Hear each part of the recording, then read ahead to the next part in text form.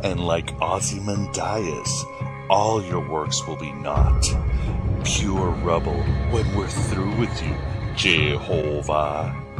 We, the eternal soundtrack of the counterculture. You can count on that. Say hello to my little friend! Happy heresies, and welcome to the desert of the real. Welcome to the machine, my son, and the means to escape it. Welcome with kindness and love to Aeon Byte Radio, broadcast from the virtual Alexandria, that state of mind where East meets West, through the God above God, Dad Kim. This is your blue crystal meth exploration of the world's most influential yet least known heretics, the Gnostics, as well as their brethren in the esoteric and Dionysian freethinkers.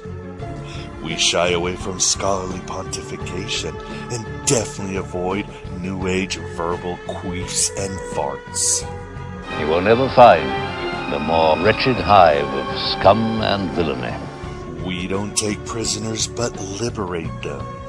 We are not the final authority on anything, but hope to be an endless possibility for everything. Culminating with you finding the mystery that works for you and only you. Uncovering any holy or unholy information that liberates you from cosmic and personal oppression. From the powers and principalities that rule so many fools' heavens around you. We ride with those searching for the truth and avoid those who have found it. Divided we stand, together we rise. By the power of truth, I, while living, have conquered the universe. Aeon Byte Radio is not so much about answers but insights. Too many high-lick institutions and their gods are full of answers. Answers for everything. Answers on how to live your life and tell those around you how to live their lives. So many answers. Those prisons built with stones of law. Those brothels with bricks of religion, as William Blake said. If you want certain answers, instructions to reach a paradise constructed by the fantasies of average sensibilities, Aeon Byte might not be for you. Instead, better rely on fridge magnet spirituality, Tony Robbins' lukewarm mentality heading into slaughterhouses of comfort, or that truth in numbers fallacy. Play it safe. And play right into the hands of Jehovah and his angelic mafia. Right into the jism of mere being. Our impulses are being redirected. We are living in an artificially induced state of consciousness that resembles sleep.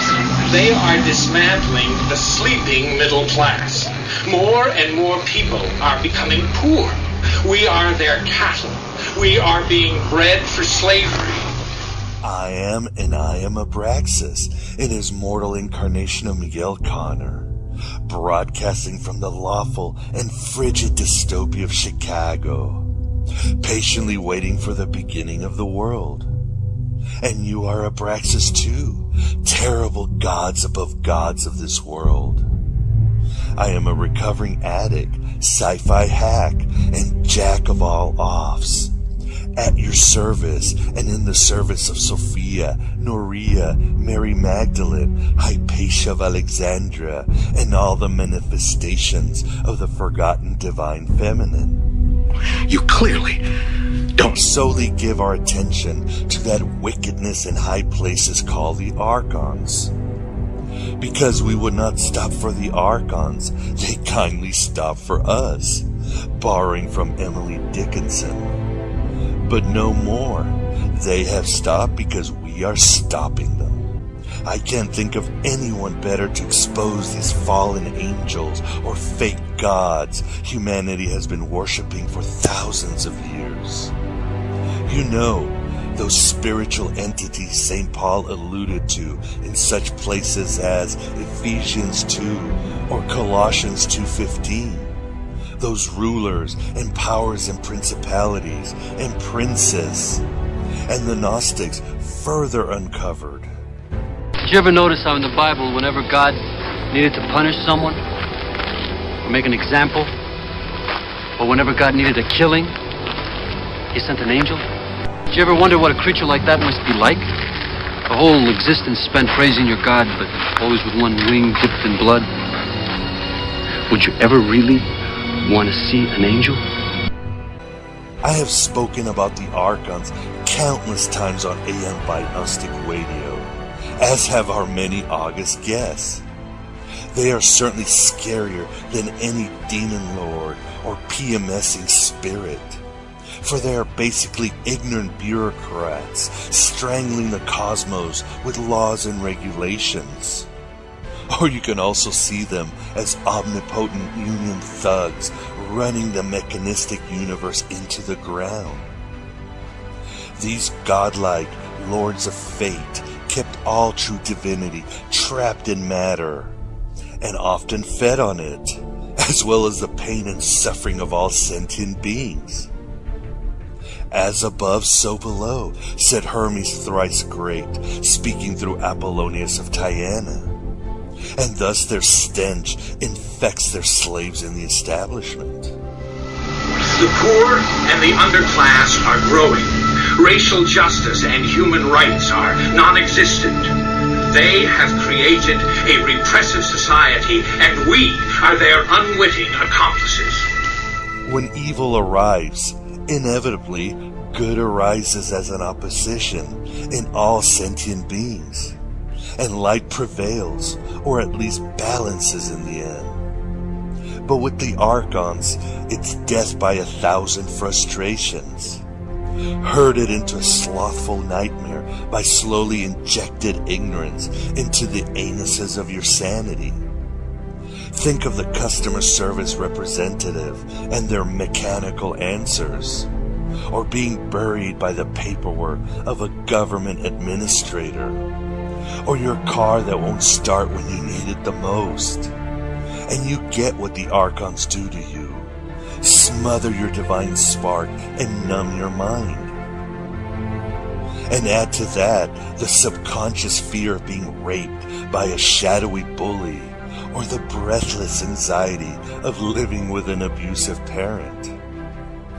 That is the Archons in a nutsack shell, and even worse, because they have unlimited power, and often those good intentions that pave roads to personal hells. Every single man or woman who has stood their ground, everyone who has fought an agent has died. But where they have failed, you will succeed. One. Their strength and their speed are still based in a world that is built on rules. Because of that, they will never be as strong or as fast as you can be. In fact, in the novel Good Omens, written by Terry Pratchett and Neil Gaiman, a demon, appropriately named Crowley, proves that the Archon way is superior in the fight against heaven. He demonstrates that traffic jams and phone service outages are far more efficient in damning souls than such common demonic methods as possession or temptation. Like the Nag Hammadi libraries, Peter's letter to Philip states, the Archons are fighting against the inner man. And in a mythic way, the Archons are very much like the lizard aliens in Stephen King's Tommyknockers. And many contend they are actually extraterrestrials. Human beings were not meant to sit in little cubicles staring at computer screens all day, filling out useless forms and listening to 8 different bosses drone on about mission statements.